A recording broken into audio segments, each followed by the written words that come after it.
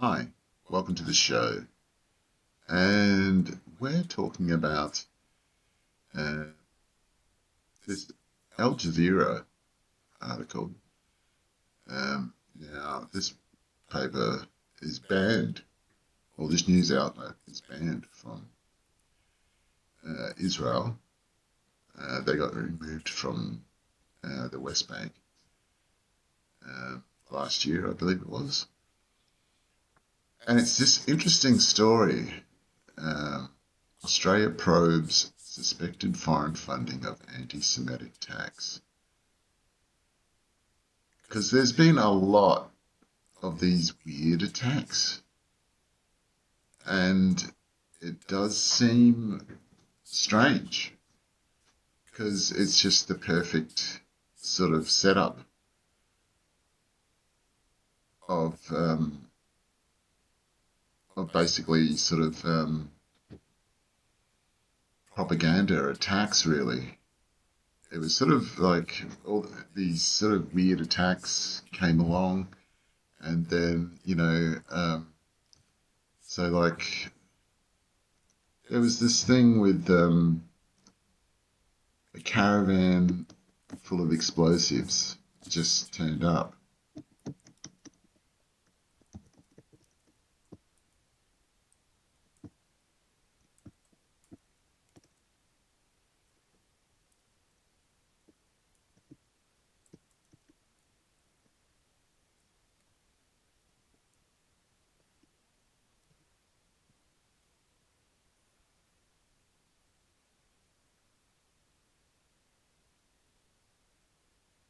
Good old Guardian.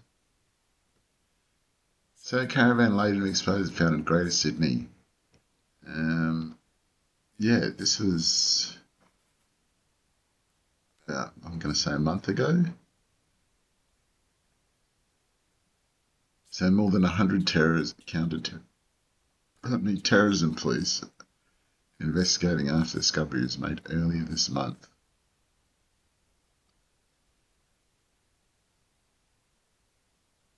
Yesterday afternoon, there was extensive discussion, presser from Deputy Commissioner Hudson and the Premier about the identification, location of a caravan in Dural in January. In addition to the information that has been provided, and on the basis that it's now in the public domain, I can confirm. So, FYI, this is the New South Wales Police Commissioner, and that fine fellow is the Premier of New South Wales. That the registered owner of that caravan is a person that is in custody on unrelated matters. I don't want to speculate too much more, but it's important that the public understands that not only is the caravan being removed and the contents removed from harm from the public, but also the owner is out of play and in custody. So the risk. So yeah, that was weird. It was like Durrell is sort of like, I think, just outside of Sydney.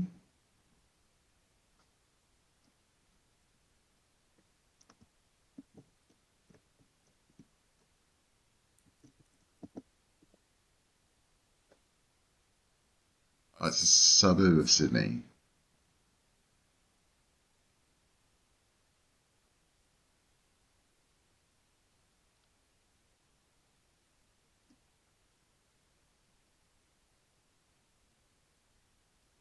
So yeah, it's a sort of on the outer suburbs, I guess. It's remote. It's a bit sort of in the bush, on the outskirts of the city. So it's rural. And yeah, it was kind of weird, just a caravan full of explosives. They said no detonator was found. And now this comes out. police believe foreign actors paying local criminals to commit crimes amid a surge in anti-Semitic innocence. And then, yeah.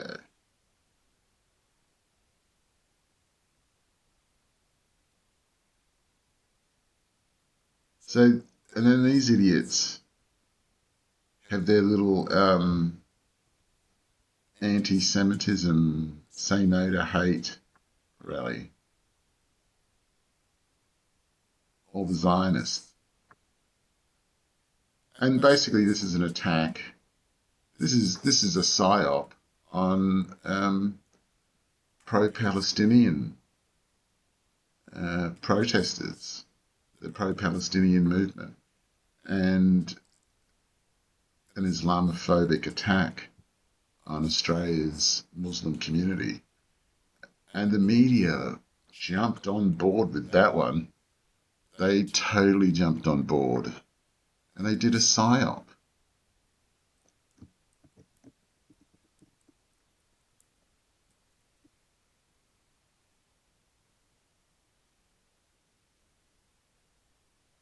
What was it? Daily Telegraph. See, it's already got the thing coming up.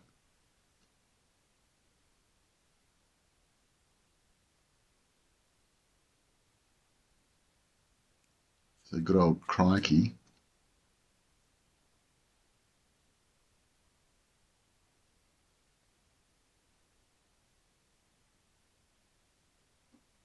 Could have been handled. Could have been better handled.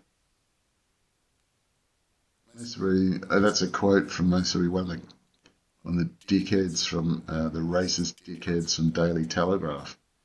These people at the Daily Telegraph are pond scum. In fact, that's an insult to pond scum. You know, this traditional media, for decades, they were living the high life. And then the internet came along and utterly destroyed them. Now they're a pathetic joke, getting corporate welfare from right-wing billionaires. And that's how they make their money now. And desperately panhandling for subscribers and making clickbait. So, as the Daily Telegraph admitted to a stuff-up, I don't think it was a stuff-up actually, in handling an attempted undercover story at Cairo Takeaway in Sydney last week. One of the men at the centre of it all engaged the two biggest hitters in defamation law.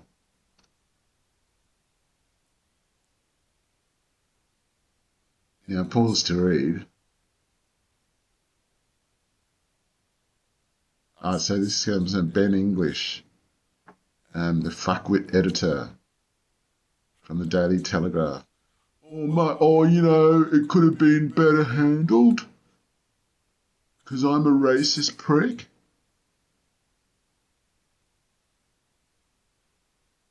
And this guy, Ophir Birnbaum,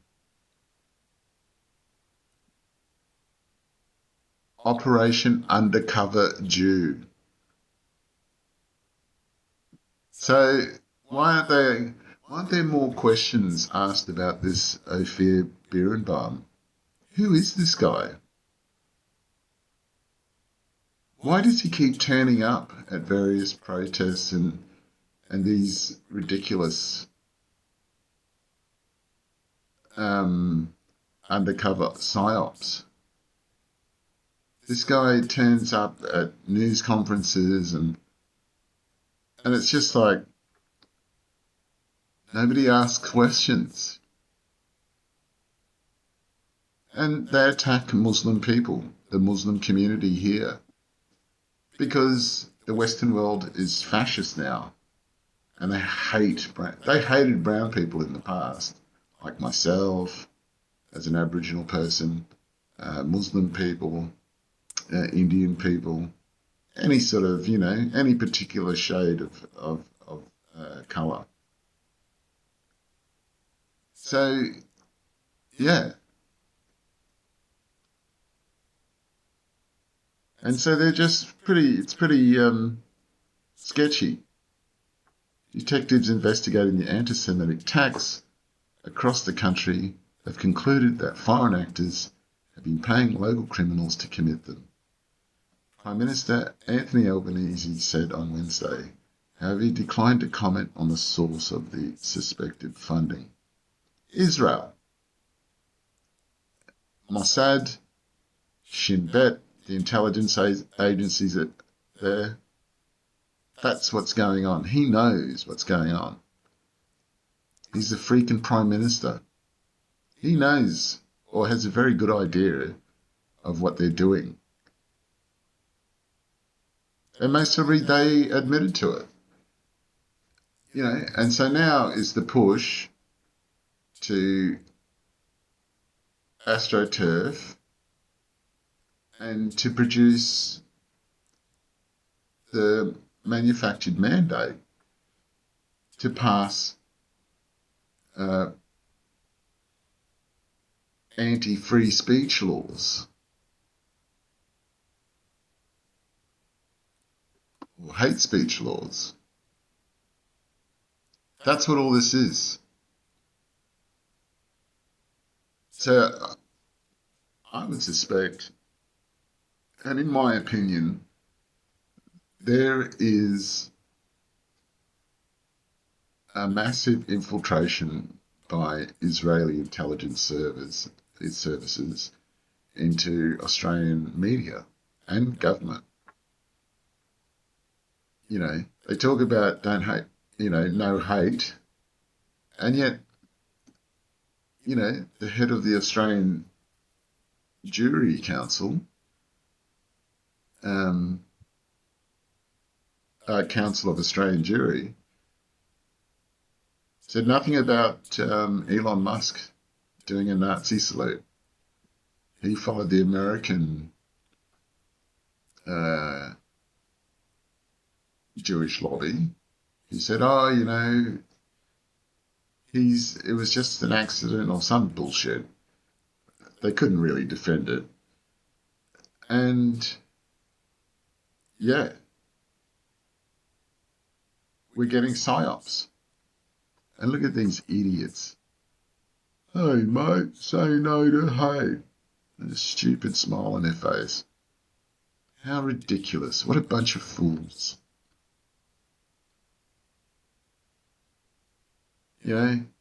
Masked arsonists bombed a Sydney synagogue in the city of Melbourne in December. Torched at Sydney Childcare Centre. Set ablaze, cars ablaze. So they didn't harm anybody. They just damaged property, spray painted a few signs. It was just the most sort of nothing burger, so that they could pass hate speech laws.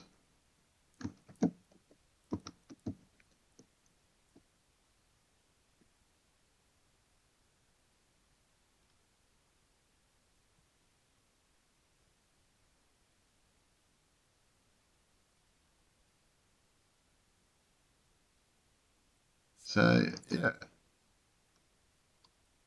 New South Wales has passed controversial hate speech laws and protest laws.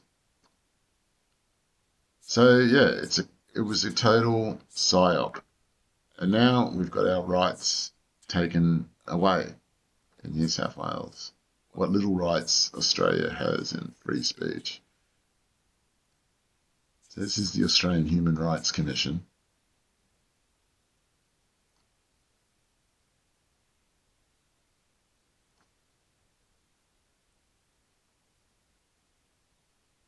This is this is actually federal laws. My mistake.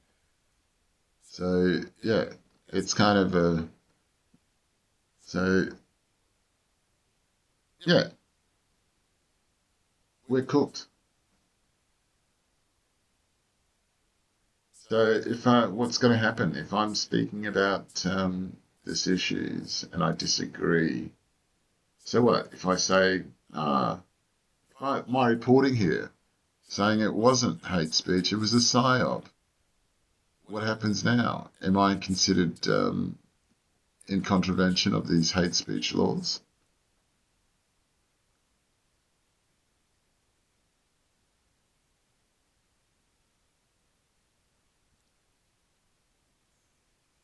I mean, it's just insane.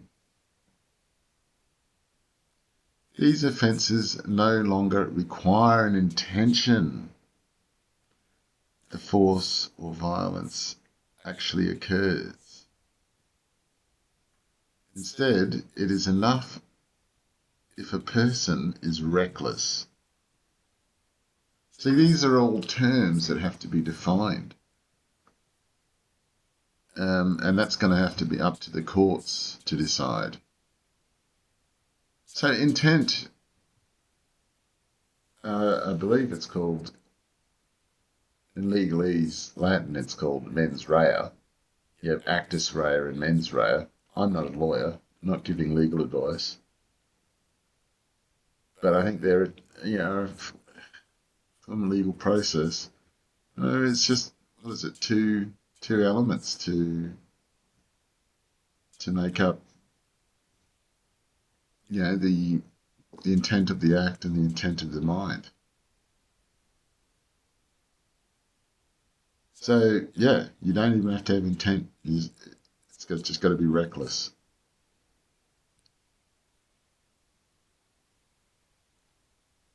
So what does that all mean?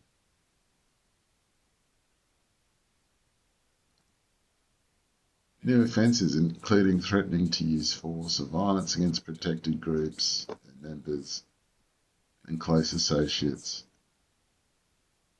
and either advocating or threatening damage to. Advocating. So what I'm saying here,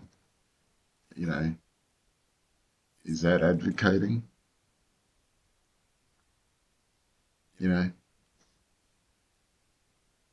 I mean, America's supposed to have free speech, and we can see now with the Nazis on board that that's not the case. So, yeah, this is where we are at this moment in the world.